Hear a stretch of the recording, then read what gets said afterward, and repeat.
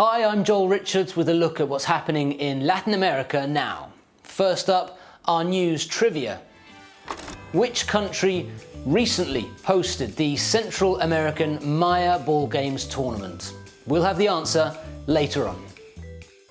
We begin in Colombia, where two of President Gustavo Petro's top political allies resigned after an investigation by the General Attorney's Office. Firstly, Laura Sarabia stepped down as Chief of Staff after she accused her son's nanny of stealing cash and then forced her to take a polygraph test in a basement of the presidential palace.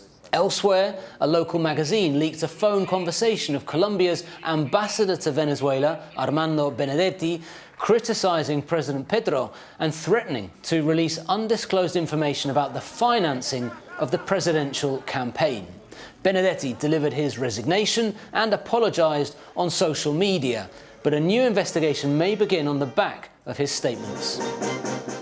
Mexico's ruling party won the governor's race in the state of Mexico. It's the largest in the country. The Morena party of President Andrés Manuel López Obrador put an end to decades of local political dominance of the PRI party. With this victory, Morena has won local governor's elections in 23 of the 32 states, which is viewed as a good sign for them ahead of the general elections scheduled for July of 2024. Now, there is no presidential re-election in Mexico, so López Obrador will not run. The Minister of Foreign Affairs, Marcelo Ebrard, announced he will resign his post to pursue the presidency. And now we go to my colleague Dan Collyns, who has been monitoring the massive rains and flooding in northern Ecuador. Close to 1,500 people have been rescued after torrential rains in northern Ecuador caused heavy flooding.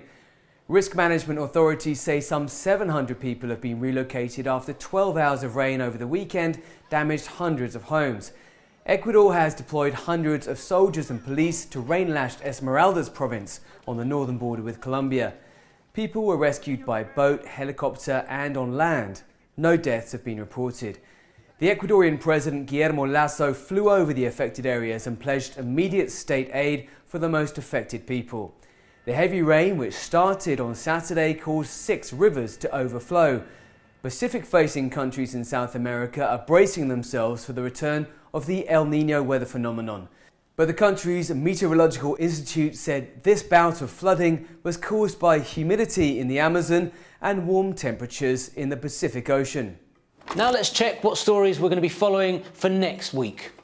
First up, teams from Chile's Ministry of Agriculture collected thousands of dead seabirds along the beaches of the coastal city of Coquimbo, north of the capital city of Santiago. Preliminary tests have ruled out avian flu as the cause of death for some 3,500 birds, mostly cormorants. We will be following this story as avian flu is thought to have killed hundreds of seabirds and sea lions recently in neighbouring Peru. And in Mexico, 7 people were killed in an armed fight between 2 indigenous communities in a village in the southern state of Chiapas. The victims belonged to a displaced group of some 200 Tzotzil indigenous who had left their homes last year after a land dispute with another community. Security forces were deployed in the area to protect the displaced group and avoid more conflict. And now the answer to our news trivia. The answer is A. The city of Solala in Guatemala hosted the 3rd Central American Maya Ball tournament. Athletes from El Salvador, Honduras and the host, Guatemala, competed during 3 days following ancestral traditions. The games come back from a long break after the pandemic, and Guatemala claimed its 3rd consecutive championship. That's it for this edition of Latin America Now. We'll see you again soon.